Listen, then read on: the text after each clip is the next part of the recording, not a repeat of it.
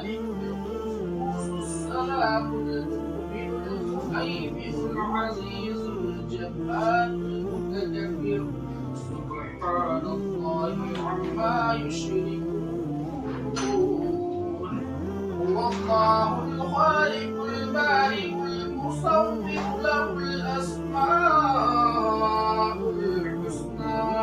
يسبح له ما في السماوات والأرض والله والله والله والله اختارے قادری قلت میں چل دیا اختارے قادری قلت میں چل دیا اختارے قادری قلت میں چل دیا اختارے قادری قلت میں چل دیا قلت مائے ہر ایک قادری کے لیے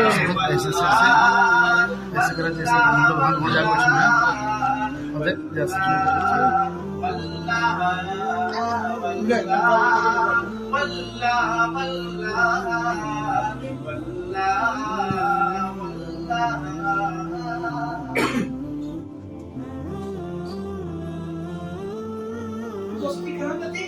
عالم صاحب سے تھی تو عالم صاحب نے آپ سے یہ بات کہی آپ لوگوں نے مان لی نا تو بن دیکھے آپ نے اس پر عمل کیا کیا کیا بعد میں دیکھا نا ہم کو بعد میں ہمارا بیان سنا بعد میں ہماری اچھائی یا برائی کو پتہ آپ کو چلا پہلے آپ نے ڈیسائیڈ ہم کو کر لیا ان کی بات تو یہ کیا ہے دوستی بن دیکھے یقین کر لینا یہ کیا ہے دوستی ہے پیارے اسلام میں اس سے بھی ہمیں پتہ یہ چل رہا ہے کہ ہم اگر بن دیکھے یقین کریں تو اچھے دوست اب کوئی ہمیں بن دیکھے کیا کہہ دے یار 50,000 روپے آپ کو جمع کرنا ہے اسکیم مل رہی ہے 4 گنا کر دیتی ہے اب آپ نے تحقیق نہیں کی اپنے دوست کی بات پر آنکھیں بند کر دی کہ یار یہ بندہ یار اسی میں 20 سال سے کام کر رہا ہے کہ اور 50 سال سے ہمارا خود کا دوست نہیں کوئی غلط بولے گا دے دی 50,000 اب کیا پتا چلا 2 ہفتے 3 ہفتے 4 ہفتے مہینہ گزرا سال گزرا اب کم بتھی ہو رہی ہے اس کی اب لڑائی ہو رہی ہے اس سے گلے مانی پکڑ رہے ہیں اس کی ہم کالر پکڑ رہے ہیں بیچ چوراہے پر رسوا کر رہے ہیں ابھی 50,000 روپے ہمارے خراب کروا دی تم نے یار وہ پہلے کہا نہیں بتایا تو آپ کو پہلے کیوں نہیں سوچا آپ کیوں اندھے ہو گئے تھے اس کے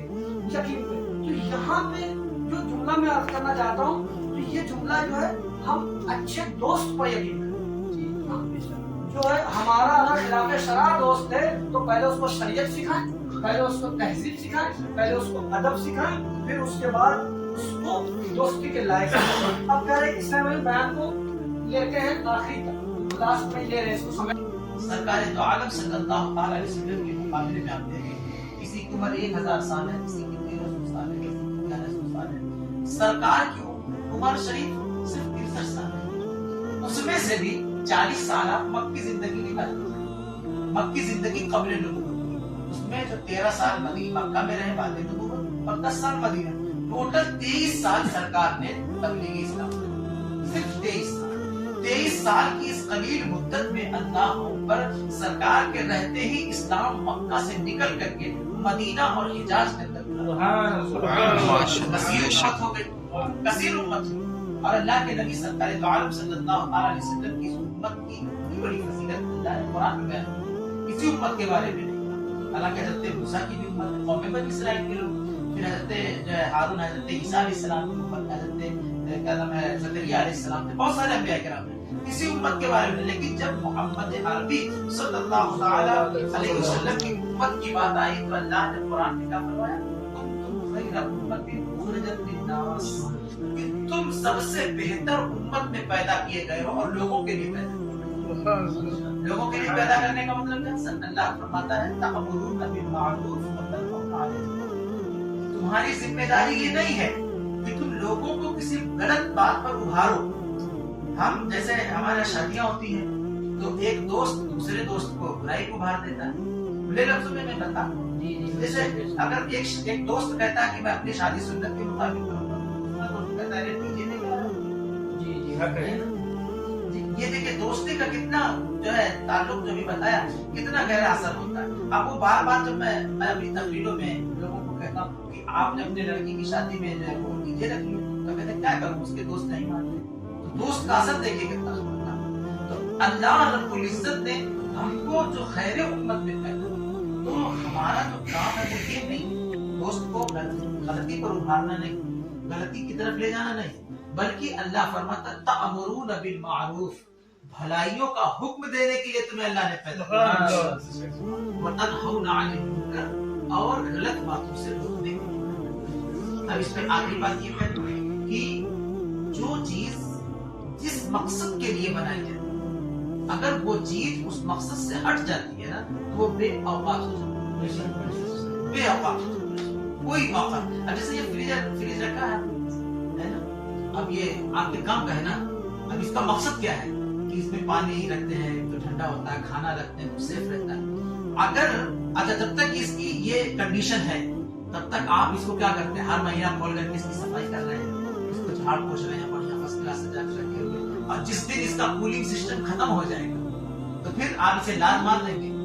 یہ یہاں نہیں اٹھا کر کے باہر اٹھا کر رکھ دیں گے بنگار والے کو بلا کے اہمیت ختم ہو گئی اس کی کیونکہ مقصد ختم ہو گیا نا اس کا مقصد ختم ہو گیا. اللہ تبارک و تعالیٰ قرآن میں فرماتا ہے وما خلقت الجن والانس الا ليعبدون. جنات اور انسان کو اپنی عبادت کے لیے پیدا کیا. اب اللہ رب العزت نے جب ہمارا مقصد بتا دیا نا کہ ہماری پیدائش تو اللہ کی عبادت کے لیے تو اب ہم اپنی عبادت اللہ کی عبادت سے ہٹ گئے ہمارا تو وہی مقصد ختم ہو گیا. اگر ہم عبادت کرتے تو پھر تأمرون بالمعروف وتنہون عن المنکر. جیسا سعادت نے بتایا کہ دوست اپنے دوست کو وہی سکھاتا ہے جو اس دوست کو آتا ہے. اب جیسے آپ اگر چور کے پاس بیٹھیے نا تو وہ آپ کو چوری کرنے کے سارے طریقے سکھاتے ہیں. سکھا دے گا کہ نہیں سکھا بالکل سکھا دے گا ہے کہ نہیں. اب اگر ایک کوئی مرغی چورانے والا ہو تو اس کا فائدہ بھی بتا دے گا اس کا طریقہ بھی بتا دے گا ہے کہ نہیں. تو اگر ایک عبادت کرنے والا اپنے مقصد کی طرف جا رہا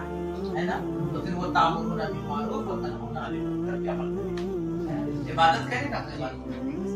اچھا ہوگا تو اچھائی کی طرف بلائے بہتر ہوگا جیسا ہوگا اسی طرح اس کو بلائے. تو دیکھیے اب یہاں تین چیزیں ایک خیر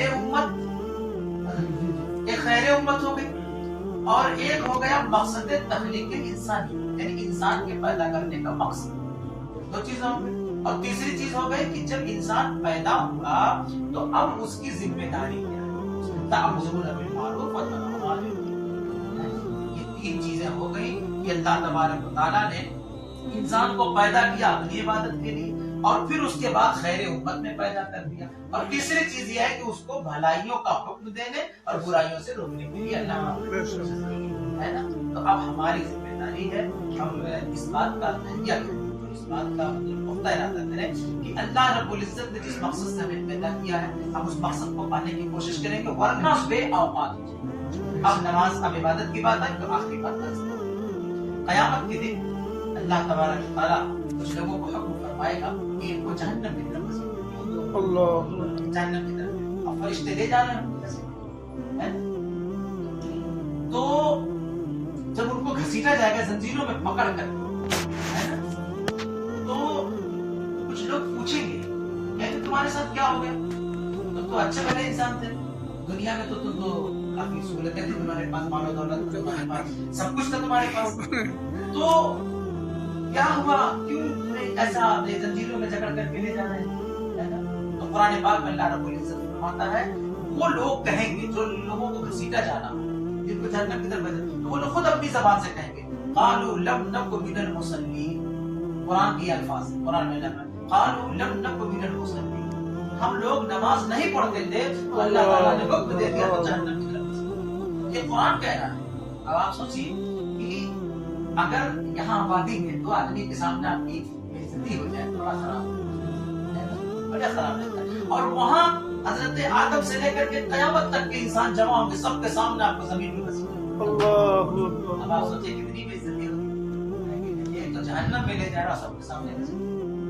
تو اللہ تبارک و تعالی ہمیں اپنی عبادت پر قائم رہنے کی توفیق عمل صالح کی توفیق فرمائے اور پروردگار عالم سب کو کر معاشرے میں اچھی زندگی گزارنے کی توفیق عطا فرمائے۔ وما توفیق